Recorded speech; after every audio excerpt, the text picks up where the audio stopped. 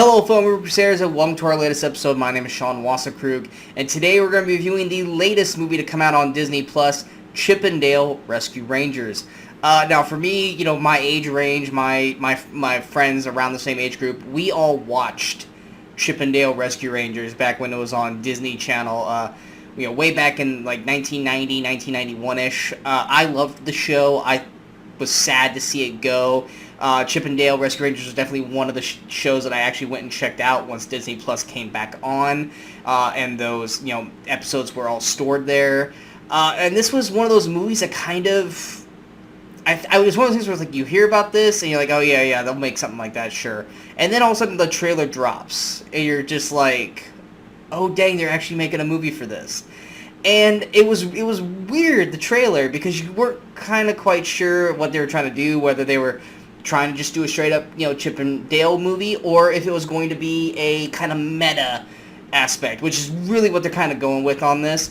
And for the most part, with Chip 'n Dale, this is definitely made for our age group. I mean, yes, it is about two chipmunks and cartoons and, all the kind of cutesy child humor and stuff, but this movie was made for people who are around, over 20, our age, stuff like that, because of the meta-ness. It is the main, aspect of this film, and the main thing that really is going to grab and hook people into wanting to watch this movie, outside of just seeing Chip 'n Dale back on screen again, is the meta-ness of the Easter eggs. I would say this movie here is the closest thing that we will probably ever get to seeing a Who Framed Roger Rabbit esque kind of remake, which, hey, newsflash, Roger Rabbit's in the movie.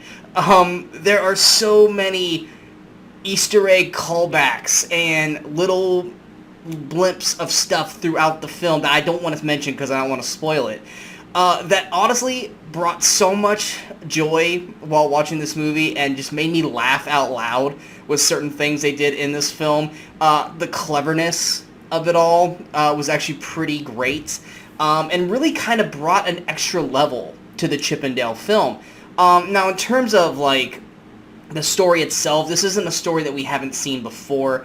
Obviously, we're following the story of Chip 'n Dale, but not as the Rescue Rangers, but as the real-life Chip 'n Dale. Chip, voiced by John Mulaney, who I'm a huge fan of, and Dale, voiced by Andy Samberg, who also I'm a fan of.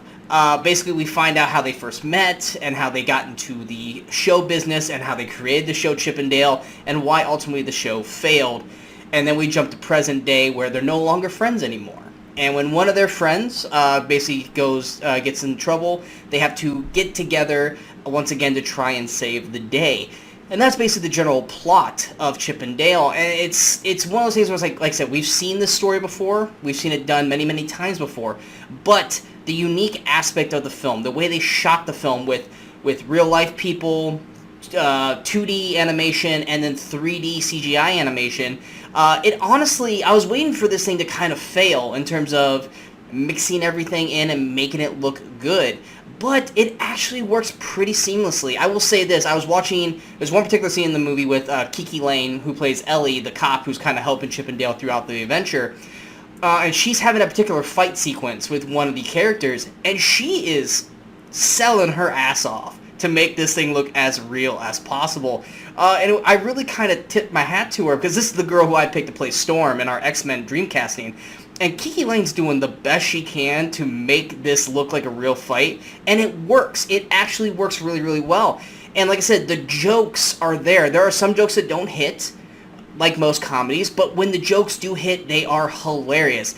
Sometimes it's a little inside baseball, meaning that if you don't know a lot of the public or the properties that are being used in the film, or if you're not kind of in the mindset of the movie business like myself and a lot of my friends are, some of these might go over your head, but when you do catch these jokes, they are pretty damn funny. So if you understand the movie world and a lot of these properties, this is going to be a hilarious film for you.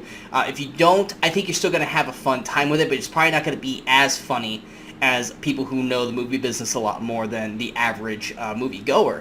Samberg and Mulaney, they do a fun job as Chip 'n Dale. Now, granted, their voices are pretty noticeable, so they don't sound like Chip and Dale, but this is not supposed to be the Rescue Rangers TV show. This is supposed to be the actual real-life versions of them. So when they do the Chip and Dale aspect of it, then it's actually them doing Chip and Dale voice. There's a lot of great little casting choices that they chose throughout this film. A lot of them that as soon as you hear them, you're like, oh, they got this person to be in this movie. I don't want to say who they are because they are kind of a little spoilery. But nonetheless, the story itself, this is a movie that went straight to Disney+. It's another one of those films that I feel like had it got released in theaters, especially around this time frame, because let's face it, until next week with Top Gun Maverick, there hasn't really been a big movie that's come out since Doctor Strange at the beginning of the month, and I think Chip and Dale probably could have slid in here on a theatrical release. And I said this during our summer preview with Brian, that I think that this could have actually made some good money in theaters. I think you could have gotten the kids to go see it. I think that my age group, who are fans of the TV series, would have went out to go see it, and the meta aspect of it, I think, would have really drawn a lot of the people to go to the theaters to see this movie, at least for this week and potentially next week when Top Gun Maverick eventually, blows the doors wide open. But this is, to me, I think it was a big missed opportunity for Disney. And I know they want to try to grab people to the streaming services, which they don't need to in terms of movies. They've got the Marvel MCU shows, they've got the Star Wars shows. They don't need to drop their big tentpole movies and Pixar films here when they should put them out in theaters and actually try to make some extra money out of it. This is one of those movies that I feel like Disney could have made a lot of money on had they dropped it in theaters instead of on the streaming service. But it is on the streaming service, so feel free to watch it as many times as you want. It's a strong recommendation for me. I enjoyed this movie quite a bit. Whether you're a new fan of Chip and Dale who have never seen a single episode, or a person like me who has seen every single episode of the old TV series, I think you're going to have a fun time with it. It's funny, it's cute. Like I said, it's got its kiddie humor, but it's got its adult humor as well. And I think it's actually pretty clever how they do a lot of the things in the film. Overall, I had a blast watching Chip and Dale Rescue Rangers, and I think most of you will too. Going to my overall score, I'm going to get Chip and Dale Rescue Rangers an 84%. I hope you guys enjoyed this review. If you guys did, go and hit that like, share, and subscribe button to the channel so you guys stay up to date with all the latest videos pop up on the Movie Crusaders. And of course, leave the follows on all the social media outlets you see below. I did say I was going to do a review for Firestarter and Senior Year last week if I watched them both, which I did. Here's the problem. They both aren't good. Firestarter is dull, boring, doesn't really know what kind of movie it wants to be, whether it wants to be a horror film or a superhero origin story. It's not a good film. I felt sorry for Zac Efron for having to be in that kind of film. He deserves better. I felt like I didn't need to shoot a video for that. Senior Year with Rebel Wilson, it's just not good. It's okay, I think, for the average Netflix film, but for what we're expecting out of this from a Rebel Wilson film, it's really not that good. There's a whole lot to unpack with it, but it just wasn't worth my time shooting a video for you. It's just not a good movie. Is it worth maybe checking out once and kind of going, oh yeah, that was a movie? Then sure, you can do that with Senior Year. Other than that, it's something that you can avoid. Coming up next, though, Brian, Michaels, and myself, we will be back for our Actor, Actress, Director Showcase, where we'll be talking about Tom Cruise before Top Gun Maverick comes out next week, Quentin Tarantino, and Julia Roberts. And then, of course, like I said, next week we'll have our Top Gun Maverick review. Definitely a non-spoiler review for me. Maybe I can get Brian into doing a spoiler review if the movie is worth talking about as a spoiler-esque kind of film. Either way, we'll also be back again next week for the Weekend Crusaders Chat About, where we'll be talking about reboots, remakes, director's cuts, unrated cuts, the film. And then we also, last week's episode, we did movie marketing, why marketers do what they do with movie trailers, posters, all the works. It's a really, really fun, informative episode. I hope you guys check that out. And until next time, in case I don't see you, good morning, good afternoon, and good night, Movie Crusaders.